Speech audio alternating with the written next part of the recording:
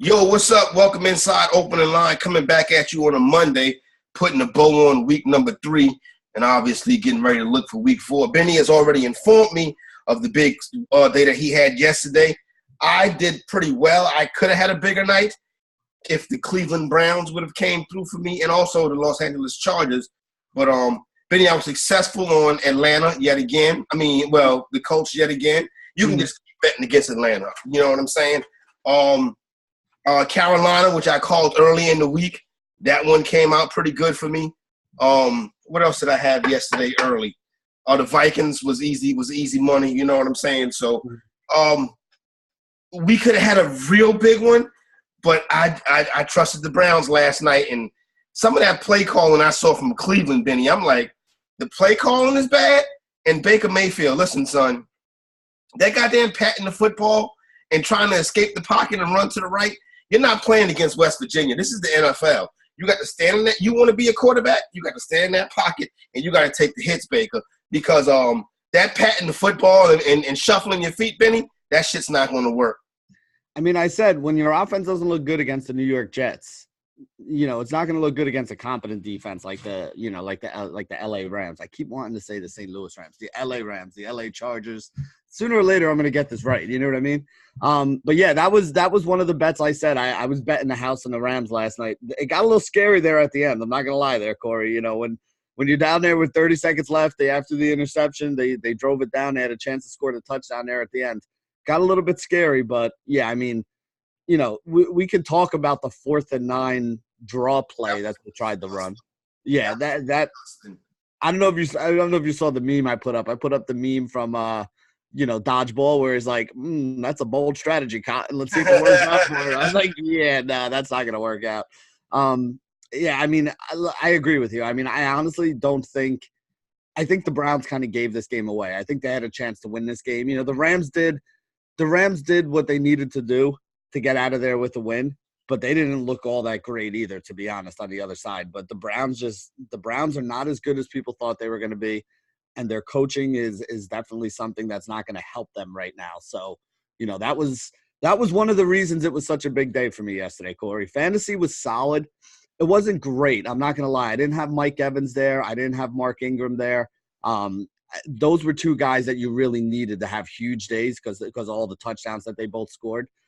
But a lot of the stuff we talked about this week worked out. I mean, if you listen to me and put Kyle Allen, Greg Olsen and Curtis McCaffrey in your lineup, Christian McCaffrey in your lineup, there's really no way that you shouldn't have at least gotten over the cash line yesterday. So, that was big. The cash games were good. I just didn't have any big hits in tournaments, but had a very good day. Moving forward, as long as he's healthy, Olsen's a good play moving forward. Olsen's a top 10 tight end. After this week's performance, he'd probably shoot up into the top 5, Benny. And remember, we kept talking about it during draft season. He was going undrafted, and a healthy Greg Olsen is showing up and showing out right now. What's funny? I ended up with him on a bunch of best ball teams as like my 2nd or 3rd tight end, and so far this season, he's been the guy that keeps winding up on my lineup as my best ball tight end. So definitely happy about that so far. I want to get back to Carolina and some of these backup quarterbacks or newcomers to the quarterback position, but obviously the big injury news with Saquon Barkley looks like it was a high ankle sprain. Everybody saw him on the sideline with the crutches and the walking boot. Benny, what we know from a high ankle sprain is that it feels like a broken leg when it happens, but it's not a broken leg. It's normally a 3 to 4 week injury. I think we'll see 4 weeks out. We'll see Saquon Barkley gone for a month. Wayne Gallman is not the best running back, but he'll get the first crack at it. I don't know if they're going to go look for somebody, but Saquon Barkley down for a month, and it's not like you have a legit handcuff in Gallman because Gallman is trash. Yeah, he is trash, but he's going to be trash with volume. Nope. So, I mean, for fantasy, again, if you have better options, you're probably still starting those better options. But you can't really argue about a guy who's definitely going to be seeing double-digit touches that's probably sitting on your waiver wire right now. So in deeper leagues, he's an ad. Just realize, you're not adding Philip Lindsay from 2018. You're not going to get 1,000 yards out of Gallman or these big-time games. But, I mean, listen, every team needs a running back, and somebody has to run the ball. Even bad running backs can put up 8 to 10 fantasy points. So I feel like that's kind of what Wayne Gallman's going to do, right? I mean, You can't expect the 25 Saquon put up, but somebody still has to take a lot of those carries and touches. 10 to 17 without a touchdown. You know what I'm saying? He may even be with a touchdown in the PPR. I don't expect Gorman to have too many big games. Like you said, Benny, he's a starting running back. And that counts for a lot, especially in the fantasy hobby. Other than that, there was no real big injuries yesterday, right? Nothing. I mean, there were some guys that came into the games that were injured that we thought of, like the Eagles guys being injured. You got to keep an eye on that situation. Nelson Aguilar, another guy we talked about quite a bit this week as a, basically lock button DFS play. He had a huge game, found the end zone twice.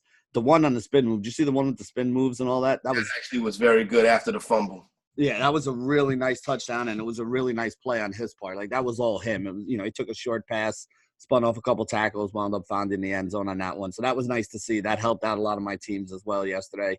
Like I said, Corey, it was a pretty straightforward fantasy day, at least in terms of cash, right? Like, a lot of the guys who we talked about, a lot of the guys that were highly owned, they all went out and had some pretty good games.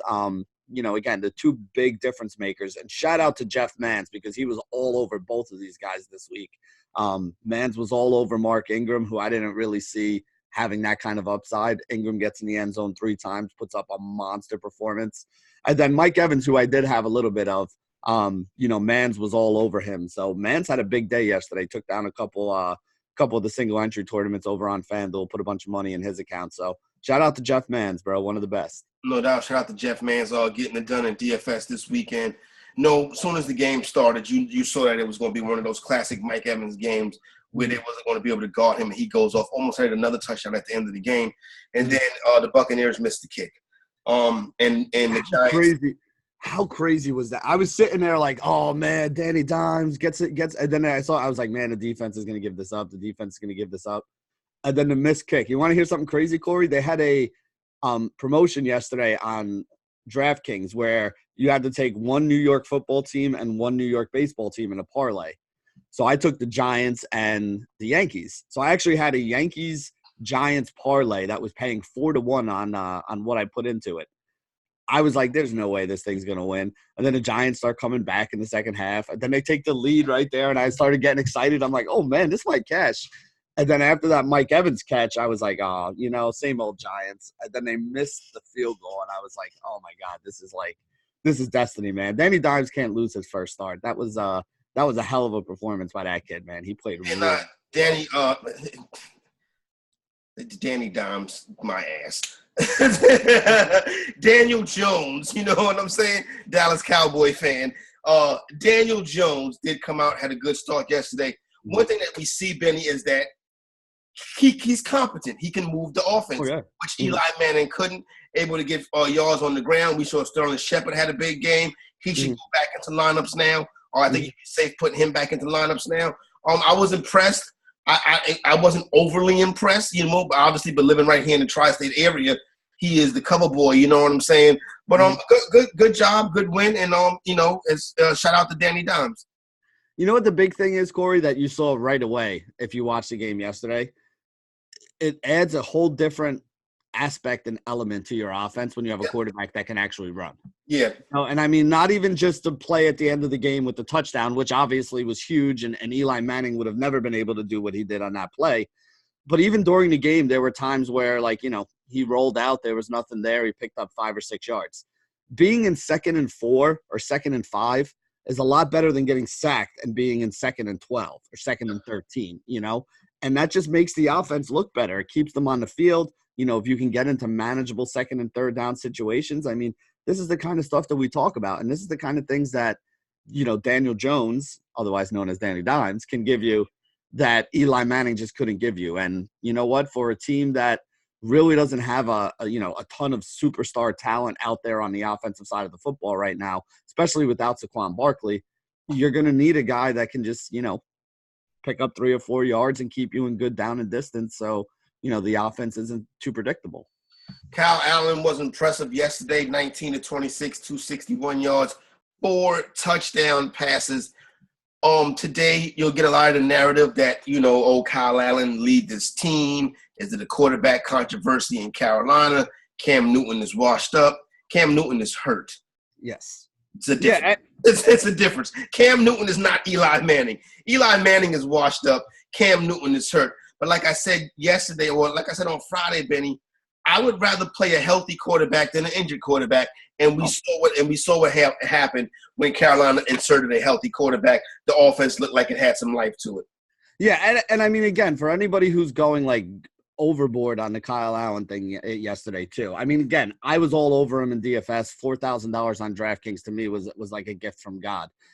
But it was because he played Arizona too. Yeah, I mean, Arizona is one of the softest matchups you can possibly ask. I mean, the same thing with Greg Olsen. Don't get me wrong. I think Greg Olsen is a great play that we were able to get late in drafts, but Greg Olsen went up against literally the best matchup you could possibly have for tight ends. And he did exactly what every other tight end who's faced this team has done. He destroyed them. But the Arizona team is not the team you want to use as a measuring stick. Like, you can't say, well, all these other guys are going to start, like Kyle Allen's going to go out there and throw for 300 yards and 4 touchdowns every game. And, Cam Newton sucks. Like, Cam Newton probably would have had a pretty big game if he would have played in this one too. But you make a really good point. Cam Newton was in a walking boot in the preseason for a little while. Yep. This is not a guy who's healthy. And I don't care how good you are. If you're playing at the highest level and you're not 100%, you're not going to produce like you should. And that's the thing. So I have no problem with them going with Kyle Allen. I think Kyle Allen's a competent quarterback. Like, I think he can get you a 500 record while you're waiting for Cam to get back. But listen, Kyle Allen is not the difference maker he looked like yesterday. He's not the guy that's going to lead them to the Super Bowl and become the next Tom Brady or something like that. He's a competent NFL quarterback who had a great matchup yesterday, and he performed in it. This week, if his price gets jacked up, I would not be chasing Kyle Allen. No, I agree 100% with you on that one. Kyle Allen did his job, and that's the most that we could expect of him, and he did a good job of doing that. Teddy Bridgewater also with a good job, 2 touchdown passes, keeps Kamara involved, keeps Mike Thomas involved, which is very important. Himself, 19 to 27, 177 yards. Benny, not no great, outstanding performance, but a solid performance from a starting quarterback on the road, savvy veteran player. He gets the job done. His last full start was against this same Seahawk team. If you remember, he had them beat. Son missed the kick. But Bridgewater came out. I'm a Saints fan. I got to be satisfied moving forward. Oh, yeah, absolutely. I mean, listen, he went into Seattle and came away with the victory. And it was raining out there. Yeah, anytime you can go into Seattle and come away with a victory, that's a good situation. I know that he didn't look great when he came in the middle of that game last week after Drew Brees got hurt. Yeah. But he is the guy, they gave him $7.5 million for a reason. He went out there and he got the win.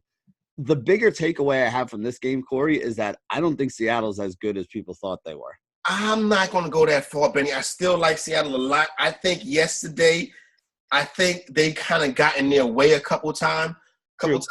Early in that game, Chris Carson had some slips on what could have been big runs. He had that fumble too.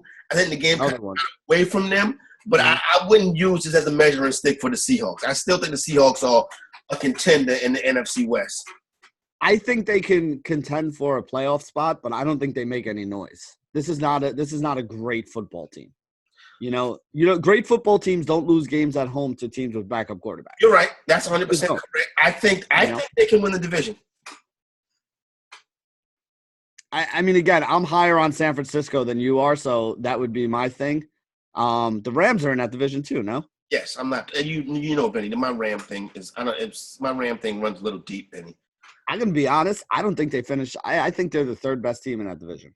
It's going to be interesting to see how that one plays out. Tyler Lockett looking like what we wanted Tyler Lockett to look like. Not 1 for 44 in a touchdown. Now we're seeing 14, 13, 10, 11, 12 target games, big catch numbers, big yardage totals. Tyler Lockett fitting in just nicely. Russell getting the job done, Benny. I'm satisfied with Seattle. Not the best home loss, especially when you're laying 5 to get more or less stomped. But I'm satisfied with. I think Seattle rebounds nicely.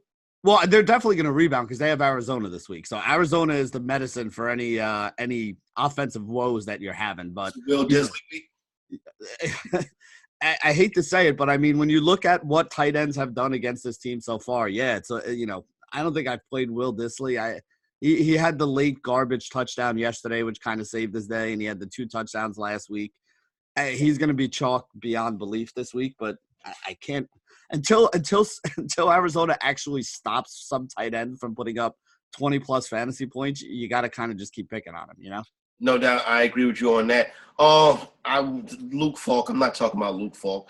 We mentioned Danny. I don't want to talk about Luke Falk either, so that's fine by me. We mentioned Danny Dimes already. Your man Daniel Jones. Mason Rudolph, 14-27, 174 yards, 2 touchdowns. Juju gets in the end zone. We see the kid Deontay Johnson put Dante Moncrief on the bench.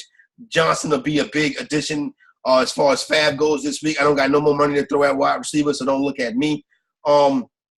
Connor still scuffling. You know what I'm saying? I don't have no Connor anywhere. If I was a Connor owner, I would be scratching my head right now, Benny. Here's the thing. You can't trade him. You can't sit him. This is fantasy football. If you can't trade him and you can't sit him, you know what you got to do? You got to suck it up and take it like a man and put him in your starting lineup, Benny, and hope for the best.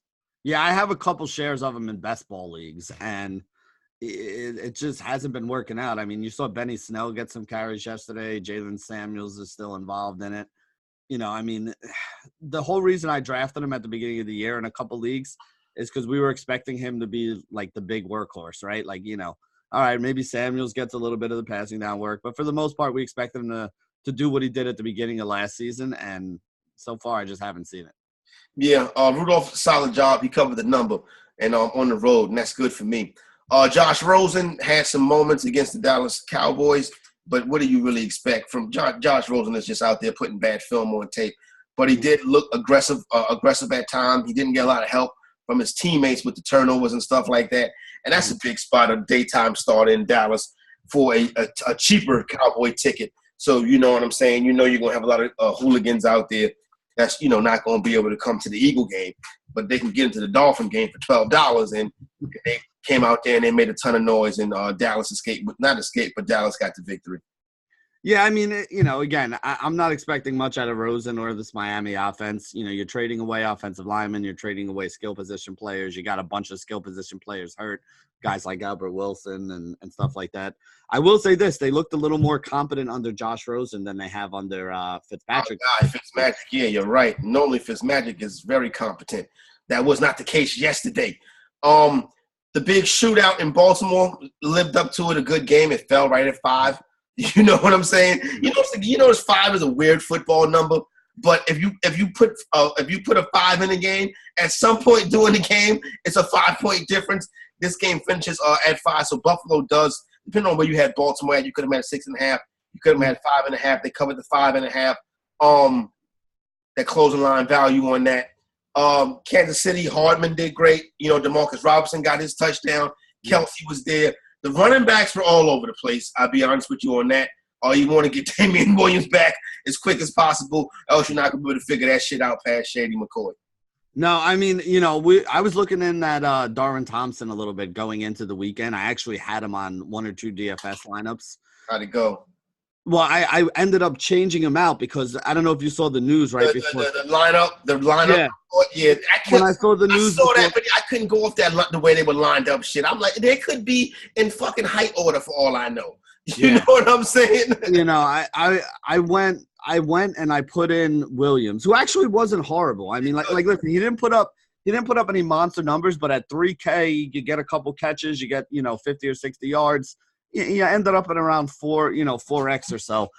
Put it this way, I used him on a lineup with Mahomes that also had both of those wide receivers that you mentioned because they were the cheaper ones. Sammy Watkins was the guy who kind of underperformed yesterday. The other 2 guys found the end zone. I think the big thing that I've taken away from this Kansas City offense, Corey, is that for daily fantasy, the price you have to pay for Watkins, the price you have to pay for Kelsey, I don't see them getting enough volume to really consistently outperform that price. No doubt. The other 2 guys – long people. Yeah, the other 2 – yeah, season long, I think they're great. If you have them, they're in your lineup, they're solid. But I don't think you're going to get ceilings out of a lot of these guys. I think that what we saw yesterday is and even last week is kind of what we're going to see. Robinson's going to get his chances. Hardman's going to get his chances. Watkins is going to get his chances. Kelsey's going to get his chances. Everybody in this offense is going to get their chances. The best way to play this offense or to get a piece of it is just play Patrick Mahomes naked. Yep. If you're playing DFS, just put Mahomes in there, take the 30-plus fantasy points from him, and then figure out the rest of your lineup with guys and other teams that you need to get in there. Buy the cake and not the icing. Pat Mahomes definitely the cake. Lamar Jackson had, I don't want to say a down game, but we didn't see the big video game numbers yesterday. Mm-hmm. Didn't really get them from Marquise Brown or Mark Andrews either. Offense kind of held in check for the most part, but Mark Ingram got the work done yesterday for Baltimore. They ran the ball well. Justice Hill supporters like myself, put him on your bench, leave him there, put him on the waiver wire. He could come back and bite you later on this year. Yeah, I mean, even Gus Edwards had a little bit of a role yesterday. So it's tough to really look beyond, Mark Ingram here in terms of the running back stuff. Listen, Kansas City's defense for years and years and years has always been a defense that's a lot better at home in Arrowhead and is suspect kind of when they go out on the road. So wasn't as high on Lamar Jackson yesterday. Did have a little bit of Mark Andrews. Those teams didn't work out. All the Greg Olsen teams cashed. All the Mark Andrews teams didn't because he was a guy that didn't do much. Your boy Hollywood Brown finally had a subpar game going up in there yesterday. Really, outside of Ingram, did anybody on that offense do much? I don't think anybody did. Wasn't much going on. Lamar had an awesome touchdown run, though. I don't know if you saw that one. A phenomenal touchdown run. The kid is a reincarnation of Michael Vick. He's the closest that we'll see in this generation, in this era. Well, they got this kid in Houston, De'Aaron King, but that's down the road. The Bengals and the Bills. The Bills have beat the Jets, the Giants, and the Bengals. Do not start overvaluing the Bills. Now, next week they play New England. It's a different story next week. We'll get to that a little bit later on.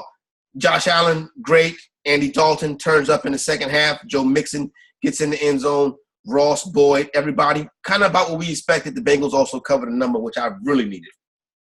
Yeah, I mean, there wasn't a ton there. I mean, you had a typical Frank Gore game, just out there, nothing great for fantasy, but, he's the main guy there right now, so that's that. John Brown had a little bit of a down game for him. Other guys got involved. Dawson Knox coming out of nowhere with a touchdown catch early, and then I don't know if you saw that the big catch he had towards the end of the game where he stiff-armed somebody and kind of just threw another guy off him. They like him a lot. Yeah, they have Tyler Kroft, I think. And they got another kid, Tommy Sweeney, too. Yeah, Kroft was supposed to come back this week, but then they ruled him out on Saturday. Again, it wasn't enough to have me on Dawson Knox and Daly or to go run and pick him up off the waiver wire. He hadn't done much the first couple weeks of the season, so I still wouldn't run there. I would see what the deal is because I think eventually they do want Tyler Kroft in there. I think the tight end position for them is just going to kind of be a shit show most of the year, though. So nothing really fantasy-wise that I'm looking there. Josh Allen is legit, though. Yep. If you had any doubts about this kid, he can run, he can throw. Again, I would not be using him this week against the Patriots defense, but, he's going to have some good games this year. I remember John Elway saying when they brought Joe Flacco in that Joe Flacco was going into his prime. His prime doesn't look good right now, Benny. They fall yesterday. They don't cover the spread, assholes. The Packers get the big one. Geronimo Allison back on ice. Valdez-Scantling goes 6 for 99 in the touch.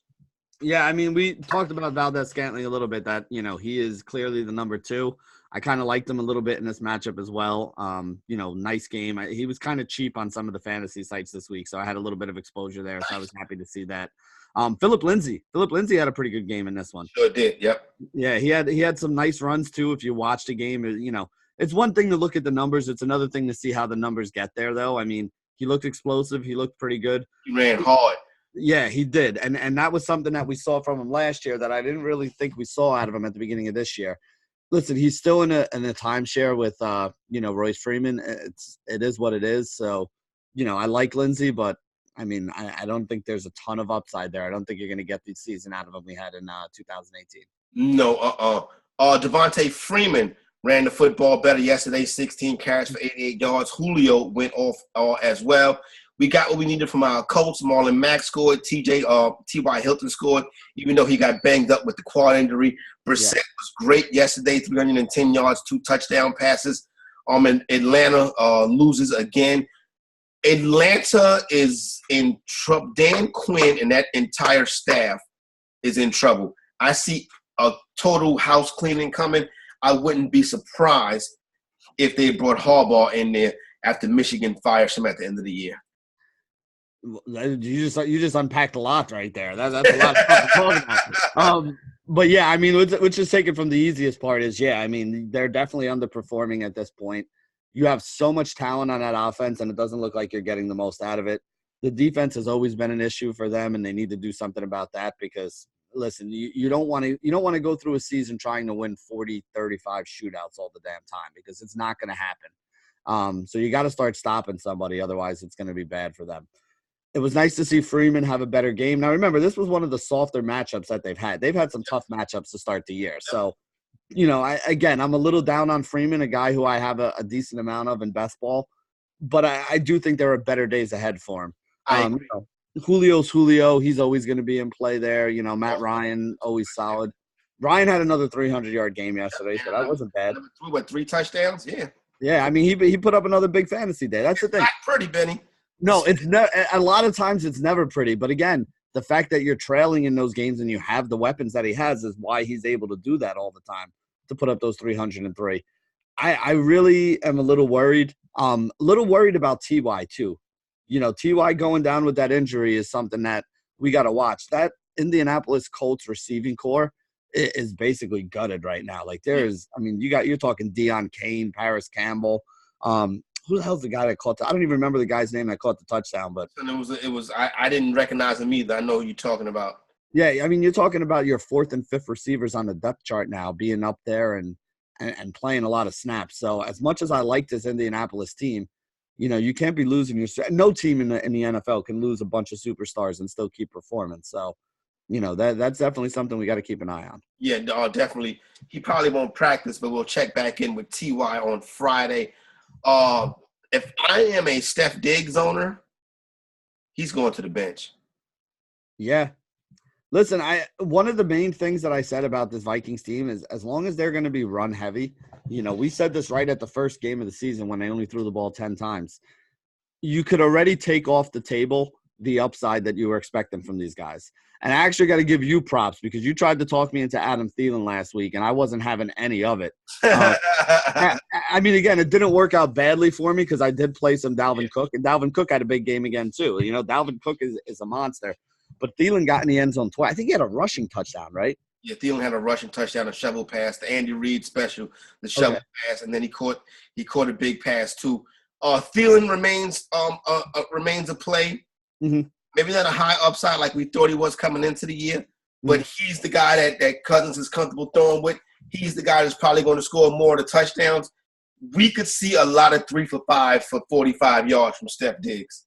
Yeah, and I hate that because that's not – it's not enough to give you the upside that you want, but it's not bad enough that you could be like, all right, I'm ready to cut this guy or get rid of him. You gotta kind of just keep him around there. Stephon Diggs is going to have a big game, Corey. There's going to be some game where they fall behind, and Diggs is going to catch big touchdowns. Like last week, he had the one, and then he had another one that was called back. Like he could have had a monster game that week. That's the game script where you want to start rolling them out. When you think that Minnesota might be behind, which, again, Minnesota's a pretty good team. I don't know how many games they're going to be trailing this year. But in the games that they're trailing and need to throw, that's where you'll get that big Diggs game coming back. But, man, on a most week basis, they do not want Kirk Cousins throwing the ball 30-plus times. And that means that we got to take the ceilings out of play for any of these guys. I mean, even a guy like Kyle Rudolph. Kyle Rudolph, to me, is unplayable at this point. Yeah, I had to play him in Scott's Fishbowl, but I'm not tripping off of that. And one of the more interesting games yesterday, Benny, I was over watching at my homegirl house, and we was watching Seahawks Saints. Mm-hmm. And I saw where I believe the Chargers were up like 17-3, 17-7 or something like that. And I'm like, oh, hey, cool, that's in the bag. Mm-hmm. And then, like, an hour later, they show the score again, and Houston's up 27. And I'm like, what the F just happened? You know what I'm saying? Mm-hmm. I guess Deshaun Watson happened. Are we overvaluing the Chargers, or are these injuries just too much to deal with? A little bit of both, I think.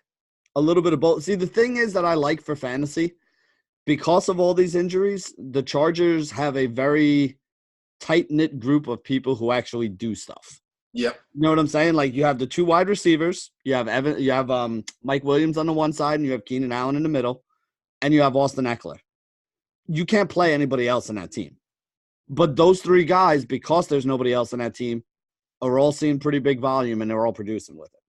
Yeah, Big Mike Will, 3 for 45. Listen, that's not great. It's kind of hard starting him, but we love the talent so much. I think Kenny Stills is going to be a guy that gets picked up a lot this week. We're starting to see him get some more and more targets. Definitely more than QT. I don't even think QT is making a stat sheet. I don't even know how much he played yesterday. Exactly. Yeah. Obviously, Hopkins and Fullers are the main target guys, but it's enough for Stills. It's a team that don't have no tight end, and they're not featuring Duke Johnson. And Carlos Hyde was terrible yesterday, but he did get in the end zone to salvage it. Yeah, well, didn't the tight end actually had the touchdowns, right? Didn't Atkins score the touchdowns? Is that what it was? Yeah, Jordan Atkins, I think, had the touch. One of them was like a close one. He had two of them. The other one was like a big one. But honestly, it wasn't like he scored the touchdowns because he's such a great player. One of them was like a really bad blown coverage where I think he literally ran down the middle of the field and people were running away from him like he had the plague.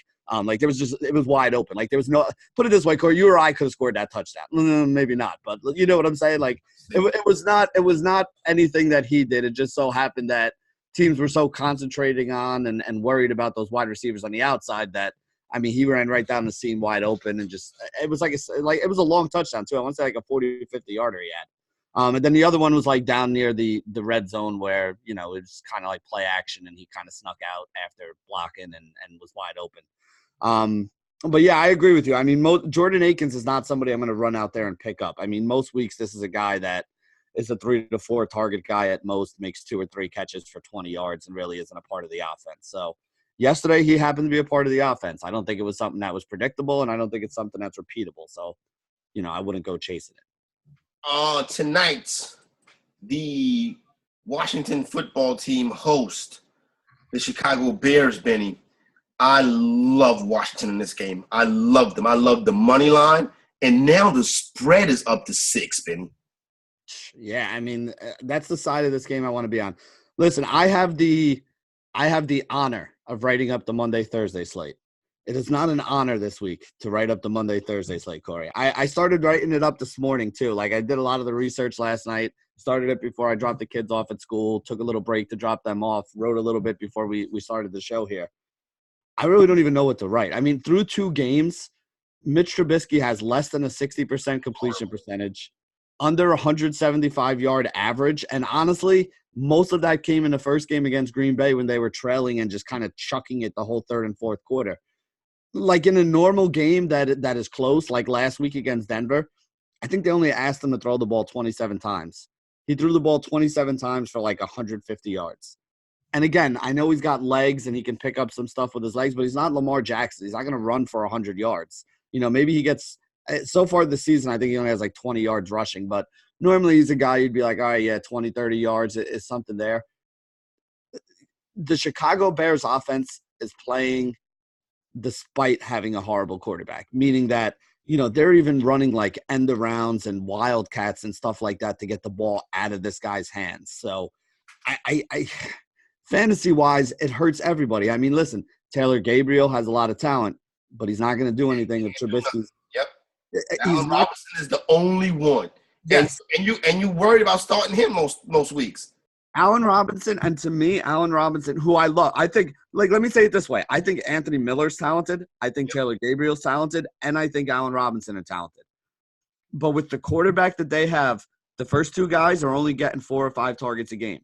And they're not good targets with a quarterback who can't complete 60% of his passes. So you can't play those guys right now. There were people in the Scott Fish Bowl who dropped both of them. They were both on the waiver wires. People were dropping Anthony Miller and Taylor Gabriel to pick up like Deion Keynes and, you know, Kendrick Bournes and guys like that. And I really can't knock them for it because this offense is just they're not going to have a good, easy time passing. Allen Robinson is still viable. But Allen Robinson is only viable, in my opinion, Corey, because of the volume.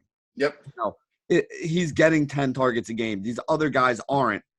To me, he's the only piece of that passing game you can even consider. And then with Trey Burton now back and splitting stuff with Adam Shaheen, I don't even think you could play the tight end. So to me, it's Allen Robinson or one of the running backs or nothing else on his team, and there's not much else. No, it's kind of tough looking at the Chicago Bear team. I don't know how much points they're going to actually be able to score tonight. Now, listen, their defense is solid. Yes. And DC is not like DC is turning up offensively either. But after a couple tough losses, I think a home victory over the Bears tonight is in play. One of my favorite bets of the week, Benny. You know what my favorite is? The under. 41 points. So far in the first two games, the first game, the Bears lost 10-3 to Green Bay, 13 total points. The second game they played Denver, it was 16-13, so 29 total points. Forget about getting over to 41. They haven't even gotten to 30 yet in any of the games they played this year. This is going to be an ugly game. It's not going to feature a lot of upside or a lot of scoring, which, again, when you have to write it up for fantasy purposes, the key to winning tonight if you're playing a showdown slate is just getting the guy who actually scores the touchdown. And notice I said guy and not guys because there might only be one or two touchdowns in this game. And if you don't have them, you're not winning. No doubt. So there you go right there. Benny, before we get out of here today, a quick look at week 4. I'll pull up some of these lines right quick on FanDuel, run through this right quick, get a couple big pieces of chicken, and get ready to get out of Dodge and send you off into your day and get ready for Monday Night Football tonight and whatever else you have to do. So let me find NFL. Click right here. I already saw some of these. The ones that are out so far. Thursday night, Eagles catching 4.5 versus the Packers. Like the Eagles in this spot. I'm going to go Packers. Bounce back week for the Eagles. Carolina catching 4.5 at the Texans. My first thought would be the Texans side of this because the Texans need to win. And like I said, people are way too high on Kyle Allen right now because of what he did against Arizona. Everybody's going to put up those kind of numbers against Arizona. Houston's a legitimate defense, so I don't expect him to put up anywhere near the numbers he did. I'd be on the Houston side of that one. The Browns and the Ravens, big showdown in Baltimore. I could actually go to this game. The Ravens laying 6 at home versus the Browns. After we saw with the Browns last week, it's going to be a big push on the Cleveland side. This number will probably get up to 7. I think I'm not betting it because if I got to bet the Browns again, I'm not betting. I will tell you right now, one of the first teasers I will put in this week before that number gets to 7 is teasing the Ravens down to just pick them and winning. No doubt. Again, I'm not a Cleveland guy, so give me the Ravens all day in that one for the bounce back. You can do the same thing with Kansas City this week. They're 6.5-point road favorite at Detroit. Detroit does look good, but Detroit could be some smoke and mirrors there. Philadelphia has not hit their stride yet. Who else did they beat? They had the tie with the Cardinals. It's not a good look after having a big lead. And then last week they won against Carolina. Was it Carolina? Yeah, who again with Cam Newton. They basically beat an Eagles team that's all banged up. They beat Carolina with Cam Newton when he wasn't playing. Carolina. I could be wrong on that, Benny. All right, well, either way, I mean, they haven't really done much to convince me that this is a big-time team. So I would agree. I don't know if I want to take on a road team. I don't know if I want to take 6.5, but Kansas City is one of those kind of teams that they cover, and they cover by a lot usually. That'd be a teaser. Yeah, but if you tease it down to them winning, that's fine. Although I really prefer teasing home teams down. That's true, yep. But, again, you get through the 3, you get through 4, you get through 6. There's a couple key numbers that you're passing there. I don't mind it, but it's not my favorate thing to do. Their week 2 victory versus the Chargers on the road. They went out there and got that W. Right. Chargers laying 16.5 to the Dolphins. I'm not fooling with that big number. Interesting. The Bills catching 7.5 at home versus the Patriots. This is the Patriots come out there and be like, listen, cut the shit. You know what I'm saying? It was fun while it lasted.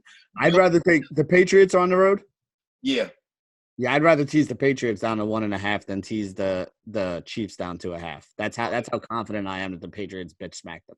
Yeah, no. This is Bill Belichick versus his favorite thing, a young quarterback. Couple Colts laying 7 at the Raiders. I'm riding the Colt gravy train, Benny. Adam Vinatieri didn't shit on it this week, thank God. The Falcons catching 4 at home. I love Tennessee. Put the house on Tennessee. The Falcons don't cover point spreads. They'll probably win the game, though. I'll stay away from that one. That one scares me a little bit. I'm staying away from that one. I can dig it. The Giants are home for D.C. The Redskins come into the Meadowlands next weekend. I'm off. Oh, God, I got to travel next Sunday. I'm going to run right into that traffic. I'm going to wait till after tonight. We'll talk about this one later in the week because I want to see how the Redskins look tonight, but most likely I'm going to be on the Giants side of that game. I'm going to go the other way. I guarantee you I go the other way. This number could get up to 4.5. The hype on Daniel Jones is going to be real this week. The Seahawks in the bounce back spot laying 4 at the Cardinals. Oh, I love that. The Cardinals got to win one of these games at some point, Benny. It's not going to be this one. I probably won't. Tampa goes on the road, catching 10 at the Rams. Are the Rams 10 points better than Tampa? I could see that. I don't like the way Jameis looks at times. At times he looks good. At times he looks like he just started. You know what I'm saying? My biggest fear with that game is that the Rams have a lead and Jameis does something stupid, and then the Rams score again, and that's how they cover. So. Yeah. I like, even if I was teasing it, I would be teasing it down to Rams 4 more than I would tease Tampa Bay up to 16. Yeah, Tampa could get blown out. Yeah, they could. Hold on 1 second. I lost my spot. Chicago laying 3 at home to the Vikings. This is interesting right here because Chicago, the Bears, one thing about them, they don't really lose at home. And the Vikings have showed that they don't really play well on the road. Mm-hmm. So it's 3 or 3.5. 3 right now. I wanted at 3.5 or 4.5. Well, that's what I was going to say is honestly at 3, I probably stay away. If it moves up or down, I would probably go with the team that benefits because I do think – I think Minnesota wins this game, but it's going to be like 17-14, 16-13, 12-9. It's going to be a baseball score. It's going to be a baseball score with – it's going to be a Coors Field baseball score. Sunday Night Football is going to be an absolute mayhem as the Dallas Cowboys, America's team, go into New Orleans. The undefeated Dallas Cowboys go into New Orleans to take on the Saints. The Saints catching 3 at home in what should be a wild atmosphere, Benny. Yeah, I don't really want to bet against the Saints at home here, but I'm more on the Dallas side, so I'm probably going to stay away from this game and just watch it. I'll figure out something, but I really don't bet Cowboy point spreads. And finally, 1 week from tonight, Cincinnati Bengals go into Pittsburgh to take on the Steelers. The Bengals just don't look right. You get Mason Rudolph at home. I don't know if he can cover 4.5 though. I don't have any lean on this game whatsoever because I don't think the Bengals are as good as I originally thought they were earlier in the year. And I mean, Pittsburgh, I don't think they're better without Ben Roethlisberger. I don't think Rudolph is horrible, but I don't think they're better without Roethlisberger. So I really don't want to be that high on them. So that's probably another one that I'll stay away from. Big piece of chicken, Benny. I'm giving it to Teddy Bridgewater coming out there in that first start after that horrific injury and getting a W. Yeah, I mean, it's tough for me today. Kyle Allen and Greg Olsen won the money, but I'm going to give the big piece of chicken today to Daniel Jones. Otherwise mother effing dimes. And I'm going to tell you why I'm giving it to him, Corey. We said at the beginning of the year, it was nothing against the kid when we were talking about the draft. We just felt like the Giants reached a little bit for him. And I don't change my opinion on that. The Giants reached for him. They could have had him later on in the draft. Does that mean the kid's not good? No, the kid has looked awesome. And a lot of people were bashing the Giants for that pick, and that's fine. But this kid can actually play. And it's not that it was a bad pick. It's just they probably reached a little bit for him. But maybe they knew something we didn't know, that this kid was somebody they couldn't, let go by and couldn't afford to lose. Listen, he's 1-0. The legend of Danny Dimes grows. He's going to have some growing pains at some point. This is not a great team around them. But we've been saying for a while that Eli Manning was done. So I'm glad the Giants went to him, and I'm glad the kid had a good game when the Giants did go to him so that they don't do something stupid like put Eli Manning back in there. All right, for my main man, Benny Ricciardi, Corey Parson, the fantasy executive, we are out.